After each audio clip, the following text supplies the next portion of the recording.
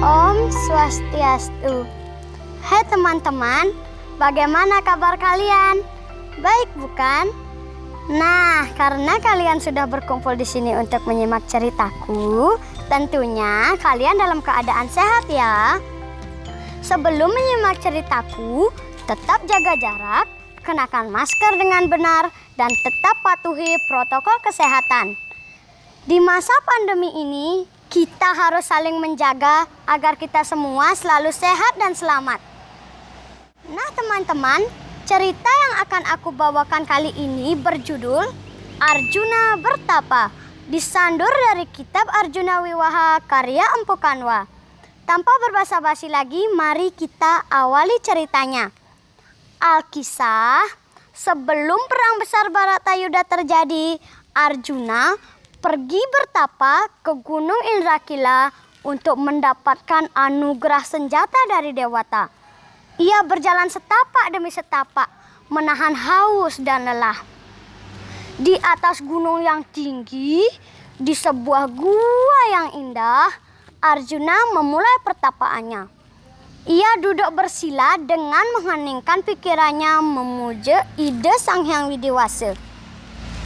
Bayangkan teman-teman, di atas gunung yang tinggi, di hutan belantara, dingin yang menusuk sampai ke sumsum, dan suara binatang yang menyeramkan, Arjuna tetap dalam sikap semedinya.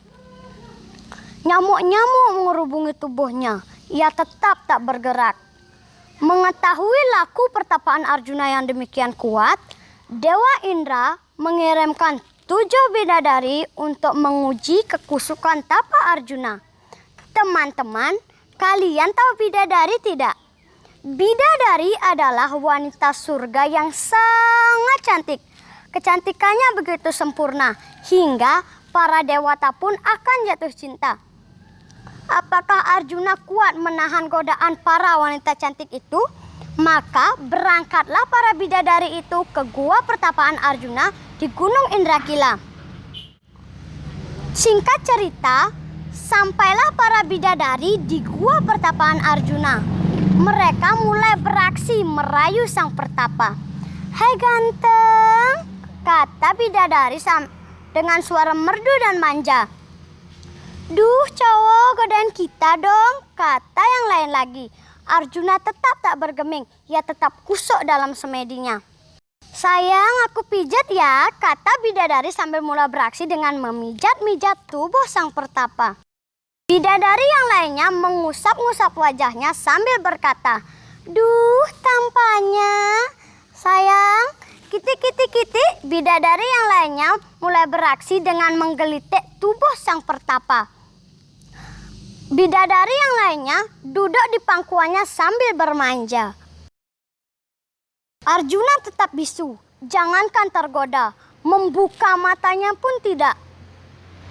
Wah, hebat, para bidadari kalah. Mereka tak mampu menggoyahkan tapa Arjuna.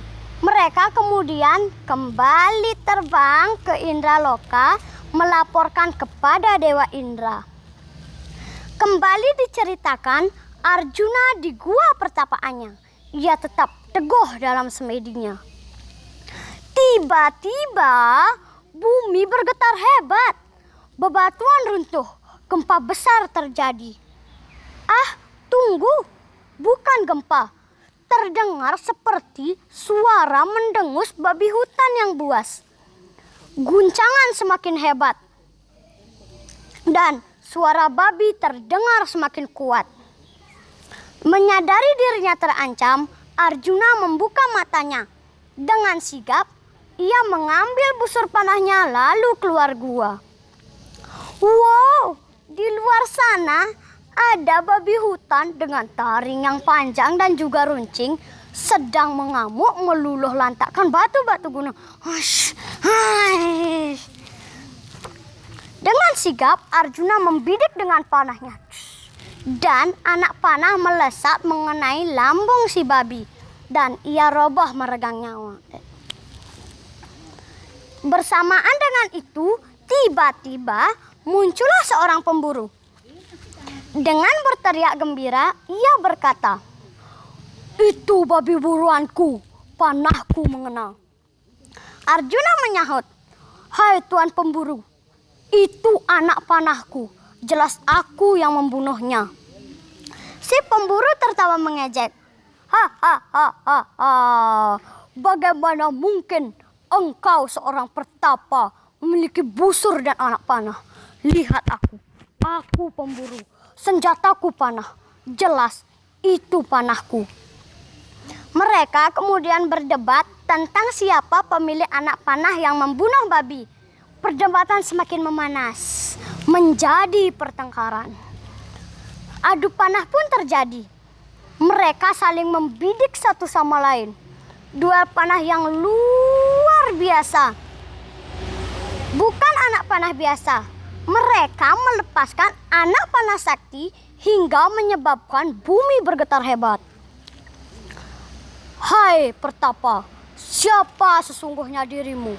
Apa tujuanmu bertapa di tempat ini? Arjuna menjawab sambil tetap siaga dengan panahnya. Aku Arjuna. Aku bertapa di sini untuk mendapatkan anugerah senjata dari Dewata. Si pemburu bertanya lagi. Untuk apa kau menginginkan senjata Dewata? Aku seorang kesatria. Tugasku untuk menegakkan dharma atas adharma. Mendengar jawaban Arjuna, tiba-tiba si pemburu berubah wujud. Dewa Siwa kini ada di hadapan Arjuna.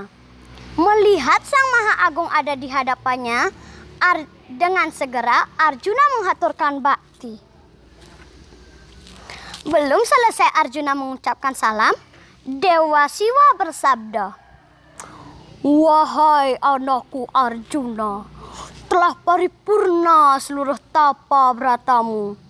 Terimalah anugerahku, senjata utama Cadur Sakti, berupa panah Pasupati. Wah, tapa brata Arjuna yang demikian kuat telah mengantarkannya mencapai tujuan, yaitu senjata sakti dari Dewata yang bernama Pasupati Astra. Nah teman-teman, demikianlah cerita Arjuna bertapa. Pesan moral yang bisa kita teladani dari cerita ini adalah untuk mencapai tujuan kita harus berjuang, kuat, dan teguh pendirian, dan tidak mudah goyah oleh godaan dan tantangan, dan tetap berpegang teguh pada dharma. Arjuna dalam cerita ini merupakan simbol diri kita para siswa yang sedang berjuang untuk meraih cita-cita kita. Teladanilah sifat dan sikap Arjuna. Niscaya cita-cita kita akan tercapai. Om Santi, Santi, Santi, Om.